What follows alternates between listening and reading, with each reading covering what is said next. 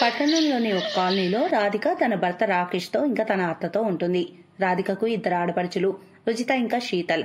వాళ్ళ అత్తగారి ఇల్లు పక్కనే ఉంటుంది. అందుకే తరచుగా పుట్టింటికి వస్తూ ఉంటారు. ఎప్పుడు ఏదో ఒకటి అడిగి తీసుకెళ్తూ ఉంటారు. ఇంకా అప్పుడప్పుడు ఇంటికి సంబంధించిన చిన్న పెద్ద పనుల విషయాల్లో సాయం అడుగుతూ ఉంటారు. రాధికకు వాళ్ళ అస్తమానం రావడం నచ్చదు. ఎప్పుడు ఏదో ఒకటి అడగడానికి వస్తుంటారని తనకు అనిపిస్తూ ఉంటుంది. అమ్మా, ఈరోజు ఇంట్లో కడీ చేసినట్లున్నారు. మా ఇంటి దాకా వస్తుంది గుమగుమలు. ఇంక నీకు తెలుసు కదా, నాకు రాధిక వదిన చేసే కడీ అంటే ఎంత ఇష్టమో. అందుకే నేను మధ్యాహ్నానికి ఏమి ఇంట్లో వండలా, ఇక్కడే తిందామని. ఏమంటావు? అరే రుచిత అక్క, నేను వచ్చాను. అందరం కలిసి తిందాం. వదిన, కాస్త అన్నం ఎక్కువ వండండి. ఆయన ఇవాళ లంచ్ తీసుకెళ్లేదు. ఆయన ఫోన్ చేస్తే లంచ్ కి రైస్ కడి పంపుతానని చెప్పాను. వచ్చారు అడుక్కు తినటానికి. అసలు వీళ్ళకి ఇంట్లో ఏది వండినా ఎలా తెలుస్తుందో ఏమిటో. మంచిదైందమ్మా మీరిద్దరు వచ్చారు.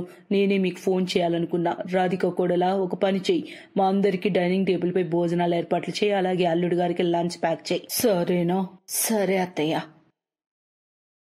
వీళ్ళకి సేవలు చేస్తూ నేను ఇప్పుడు వంటింట్లో పడి ఉండటమే. ఎంత పక్కిళ్ళైతే మాత్రం ఓ అస్తమాను ప్రద్దానికి వచ్చేయాలా?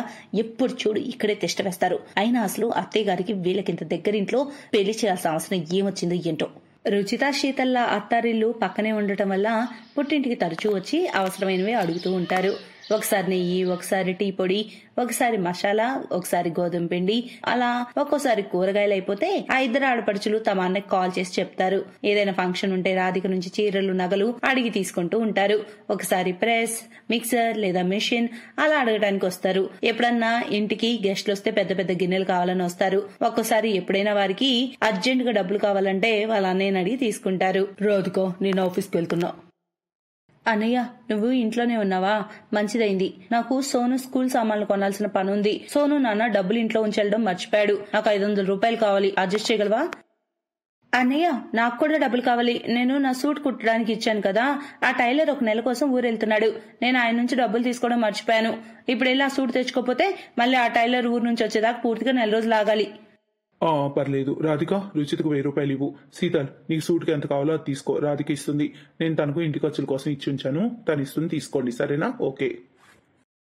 రాకేష్ వెళ్ళాక రాధిక బాగా ఆలోచించి అనుకుంది, వాళ్ళిద్దరికి ఏవో ఒక చీవాట్లు పెట్టే ఈసారి డబ్బులు ఇవ్వాలని. వదినా, నీకు తెలుసు కదా ఆయన ఫ్రెండ్ పెళ్ళని, అందుకే సూట్ కుట్టించాను. నువ్వు నీ గులాబీ రంగు కొత్త చేరిస్తావా? నేను భారత్ అది కట్టుకుని వెళ్లాలనుకుంటున్నాను. అది చాలా బాగుంటుంది. నాకు ఏమంటావు? లేదు, నేను ఆ చీర నీకివ్వను. అనవసరంగా దాన్ని పాడు చేయాలని నేను అనుకోవడం లేదు. నేను ఎప్పుడైనా కట్టుకోవాలిగా. ఇంకా నీకు 1000 రూపాయలు ఎందుకు రుచితా? నువ్వు 500 అడిగావు, ఇదిగో 500 తీసుకో. ఆయనదేం పోయింది? కావాలంటే మొత్తం ఇల్లు ఉడిచి అందరికి దారపోస్తాడు. ఇప్పుడంటే మాకు పిల్లలు లేరు, కానీ మాకు రేపు పిల్లలు పుడితే వాళ్ళ ఖర్చులకు మిగిల్చుకోవద్దా? చిన్న చిన్న పెద్ద పెద్ద ప్రతి విషయానికి అడుక్కోడానికి వస్తుంటారు. పక్కింట్లోనే పుట్టిల్లు ఉండటం వల్ల బాగా వాడుకుంటున్నారు మీరు. అరే, కొంచెమైనా బుద్ధి జ్ఞానం ఉండొద్దా? అస్తమాను తగుదనమ్మా అంటూ వస్తుంటారు. అప్పుడు రాధిక అత్తయ్య అక్కడికి వస్తుంది. అరే ఏమిటి వదిన ఆడపడుచుల మధ్య ఏం మాటలు జరుగుతున్నాయి? ఏం లేదమ్మా, వదిన తన చీర గురించి చెప్తుంది అంతే. అమ్మా, నేను పొయ్యి మీద కూర పెట్టొచ్చాను, ఇక నేను వెళ్తాను.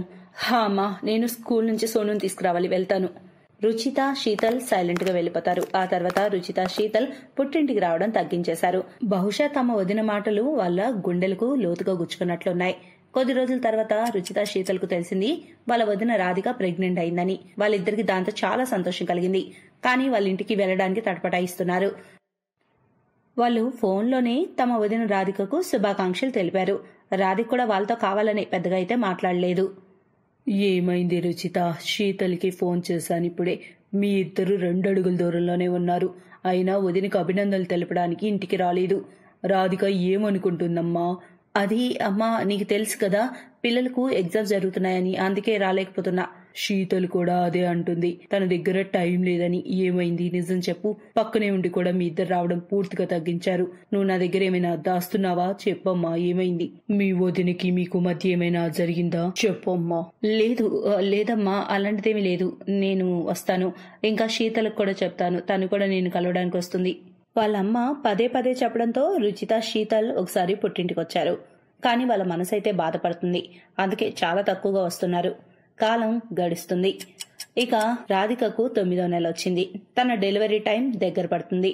అటువంటి సమయంలోనే రాకేష్ కు పని నిమిత్తం వేరే టౌన్ కు వెళ్లాల్సిన పరిస్థితి. తనకు కాస్త తోడుగా ఉండే రాకేష్ కూడా లేకపోవడంతో రాధికకు పనులు ఇంకా కష్టంగా అనిపిస్తున్నాయి. ఆ టైంలోనే రాధిక అత్త రుచిత, శీతల్ను ఇంటికి పిలిపించింది. ఆ ఇద్దరు ఆడపడుచులు వెంటనే ఇంటికి వచ్చి ఇంటి పనులన్నీ చేశారు. రాధికను కూడా చాలా జాగ్రత్తగా చూసుకున్నారు. ఆమె ఆరోగ్యం పట్ల జాగ్రత్త వహిస్తున్నారు. రుచిత రాధిక కోసం వంట చేస్తుంది. ఇంకా శీతల్ ఇంటి పనులు చేస్తూ ఉంది. రాధికకు డెలివరీ అయ్యేంత వరకు ఇద్దరు ఆడపడుచులు తమ పుట్టింట్లోనే ఉండి రాధికకు సాయం చేస్తూ జాగ్రత్తగా చూసుకున్నారు. అనుక్షణం కంటికి రెప్పలా కాపాడుకున్నారు. రాధిక ఒక ముద్దుల పాపకు జన్మనిచ్చింది. రుచిత, శీతల్ తాము మేనత్తలైనందుకు ఎంతో సంతోషించారు. ఇంట్లో సంతోష వాతావరణం. రాధిక మొదటిసారిగా రియలైజ్ అయింది, మనకు అవసరమైన సమయంలో కుటుంబమే తోడు ఉంటుందని. ఆమె తన ఆడపడుచుల ప్రేమను అర్థం చేసుకుంది. దాంతో ఆమె కళ్ళు చెమ్మగిల్లాయి. ఆమె రుచిత, శీతల్ను తన దగ్గరకు పిలిచి చెప్పింది, రుచిత, శీతల్, నన్ను క్షమించండి. నేను ఇంతకుముందు మీ గొప్పతనాన్ని గుర్తించలేకపోయాను. కానీ మీరిద్దరు చాలా రోజుల నుంచి నన్ను చాలా జాగ్రత్తగా చూసుకున్నారు. మీ అత్తారింటి పనులు కూడా వదిలేసి నాకు సాయం చేశారు. I'm sorry. ఆ రోజు మిమ్మల్ని అన్న మాటలకు నేను సిగ్గుపడుతున్నాను. సారీ. వదినా, మీ మాటలను మేమేం తప్పుగా అనుకోలేదు. అయినా బంధాల్లో ఇలాంటివి సహజం. కానీ అవన్నీ లెక్క చేయకూడదు. మీరు ఇవన్నీ పట్టించుకోవద్దు. ఇక మన ముద్దుల పాప నామకరణంకు తయారు చేయాలి. పంతులు గారు చెప్పారు సోమవారం నామకరణంకు మంచిదని. ఇప్పుడే మేము పాప కోసం బట్టలు తీసుకురావడానికి వెళ్ళాలి. చాలా షాపింగ్ చేయాలి.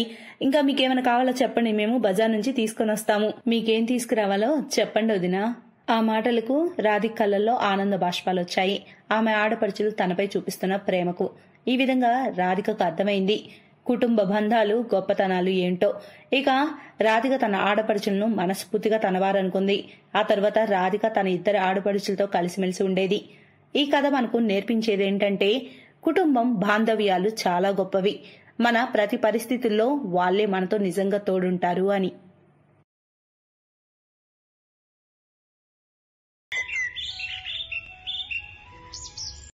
ఆర్తికి చిన్నప్పటి నుండి కష్టాలే. ఎవ్వరి ప్రేమ దొరకదు. ఎందుకంటే తను నల్లగా ఉంటుంది. మరోవైపు ఆర్తి అక్క పాయల్కి అన్నీ లభిస్తాయి. తను తెల్లగా ఉంటుంది. తల్లిదండ్రులు చాలా ప్రేమగా చూసుకుంటారు. ఇప్పుడు ఇద్దరు పెళ్లిళ్ళకి పాయల్కి 1,00,000 రూపాయల లెహంగా కొంటే ఆర్తికి ఏమీ కొనరు. అప్పుడు ఆర్తి కూర్చుని ఇలా ఆలోచిస్తుంటుంది, నా దగ్గర ఏమీ లేవు. పెళ్లి లెహంగా కూడా లేదు. నేనేం వేసుకుని మండపానికి వెళ్ళాలి? ఆర్తి దగ్గర లెహంగానే కాదు, కనీసం ఒక మంచి చీర కూడా ఉండదు. చిన్నప్పటి నుండి ఇదే పరిస్థితి. ఆర్తి తల్లి ఆర్తిని జన్మనిస్తూనే చనిపోతుంది. ఆర్తి నల్లగా పుట్టడం చూసి వాళ్ళ నాన్న ఇలా అంటాడు, అరే, ఇది కోకిల కంటే నల్లగా ఉంది. ఏంటి ఇలాంటి పిల్లని కనింది? హరీష్కి ఆర్తి నచ్చలేదు. నల్ల కూతురు ఇష్టం లేనందున అతను 1 వారంలోనే మరో పెళ్లి చేసేసుకుంటాడు. ఆర్తి సవతి తల్లి పేరు రత్న. రత్న 1 సంవత్సరంలోనే తెల్లని ఆడపిల్లకి జన్మనిస్తుంది. దాంతో హరీష్ ఆనందానికి హద్దే లేదు. ఇది కదా కావాల్సింది. కూతురు పుడితే తెల్లగానే పుట్టాలి. నల్లగా కుక్కలు కూడా కంటాయి. హరీష్ తనకి పాయల్ అని పేరు పెట్టి చాలా ప్రేమగా చూసుకుంటుంటాడు. ఆర్తికి కేవలం శోకమే మిగులుతుంది.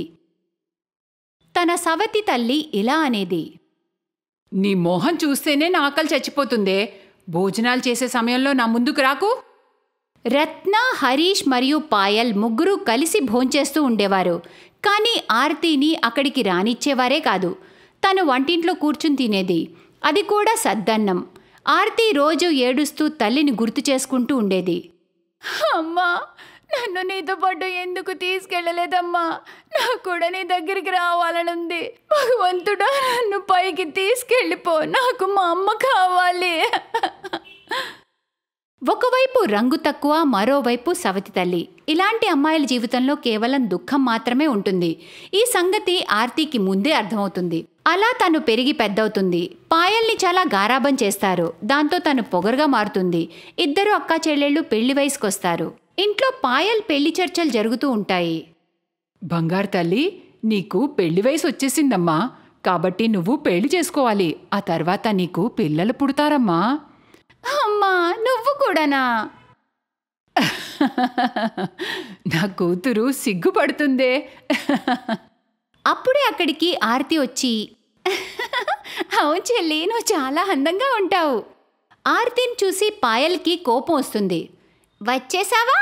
మమ్మల్ని ఆనందంగా 1 నిమిషం కూడా ఉండనివ్వవు కదా, దరిద్రపు చండాల మొహం వేసుకుని. కానీ చెల్లి, ఇప్పుడు నేనేమన్నాను? ముందు నువ్వు నన్ను చెల్లి అని పిలవడం మానేయి. నేను నీ చెల్లిని కాను.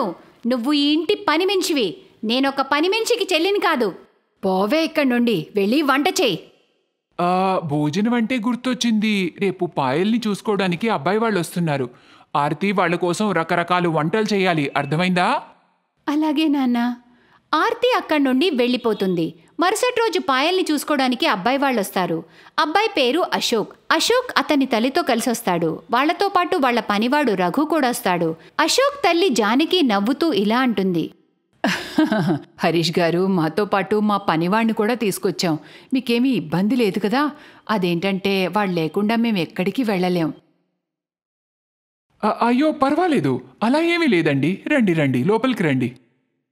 జానకి, అశోక్, రఘు లోపలికొస్తారు. రఘు తన చిన్నప్పటి నుండి వాళ్లతోనే కలిసుంటాడు. జానకి మరియు అశోక్ సోఫాపై కూర్చుంటారు. రత్న పాయల్ని తీసుకుని వస్తుంది. వాహ్, పాయల్ చాలా అందంగా ఉంది.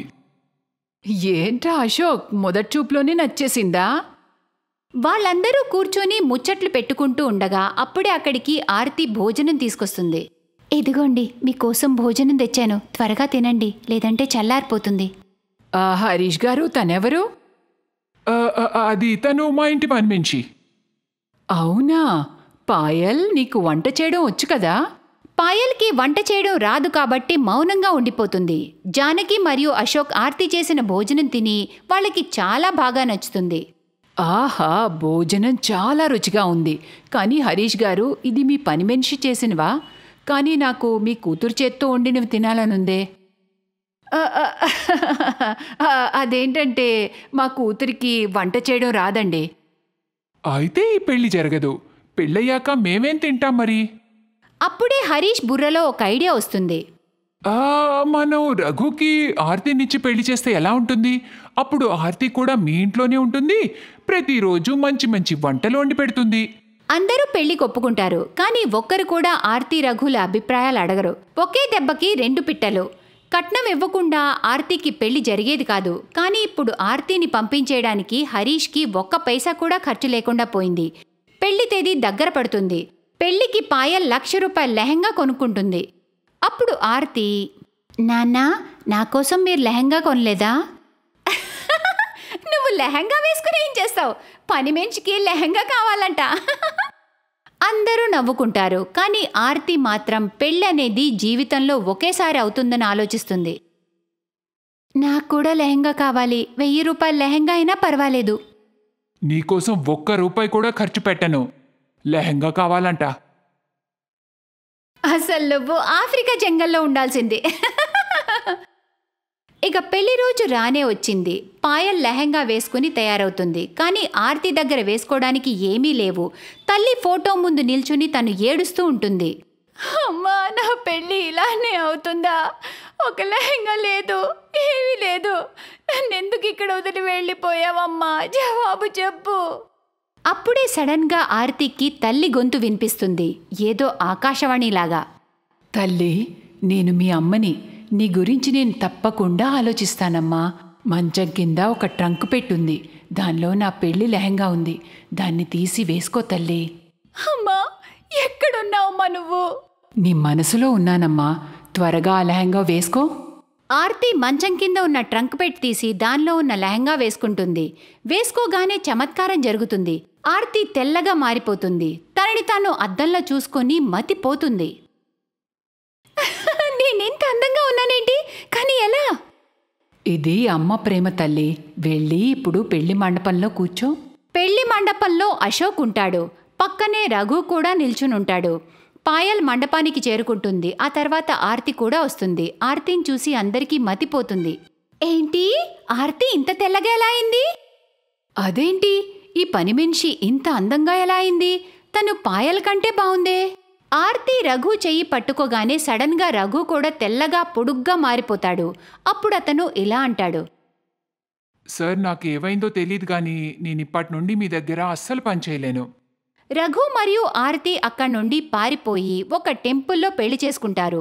ఇటు జానకి మరియు అశోక్లకు ఆర్తి హరీష్ పనిమనిషి కాదు, కూతురని తెలియగానే వాళ్ళు ఆ పెళ్లికి అస్సలు ఒప్పుకోరు. పాయల్ మనసు విరిగిపోతుంది. తన తల్లి ఆశీర్వాదంతో ఆర్తి తన భర్త రఘుతో కలిసి దూరంగా వెళ్లి బ్రతుకుతుంది.